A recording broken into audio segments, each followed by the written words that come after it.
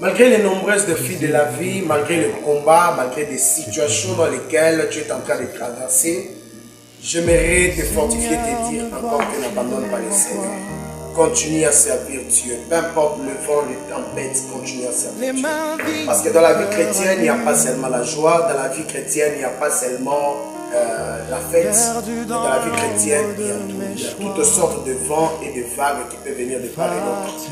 Mais le Seigneur nous demande, nous recommande d'être forts, de se fortifier à tout moment, de ne pas reculer, de ne pas abandonner. Si tu abandonnes maintenant le Seigneur, c'est toi qui seras perdant. Parce que le nombreux sacrifices que tu as déjà fait, cela payera.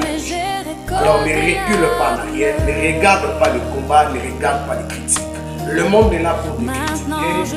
Les problèmes sont là pour t'affaiblir. Alors toi, fortifie-toi par le Saint-Esprit. Fortifie-toi par le Saint-Esprit. Relève-toi, réveille-toi, toi qui dormais.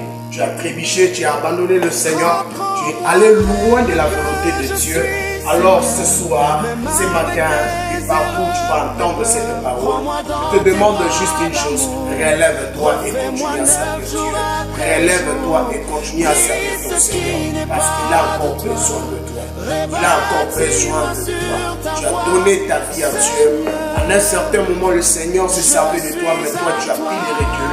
Alors c'est à cette heure, je viens encore une fois de plus te demander de te relever de ces nombreuses fatigues, faiblesses, lourdeurs, problèmes.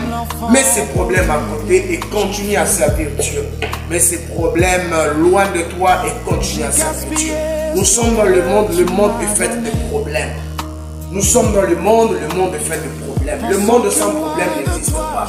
Ouais. Il n'y a pas le bon temps pour servir Dieu. Le temps qui t'est donné pour servir Dieu, c'est le temps dans lequel tu es en train de vivre. Parce que l'homme n'est pas maître de son souffle. L'homme n'est pas maître de son souffle, ni même du temps.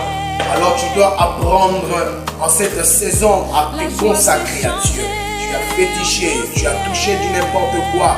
Tu as sali ta vie, ton image, ta spiritualité. Je t'appelle, viens à Dieu. Le Seigneur a besoin de toi. Répands-toi, reviens à Dieu. Il a besoin de ton âme, il a besoin de ta vie. Car il revient bientôt.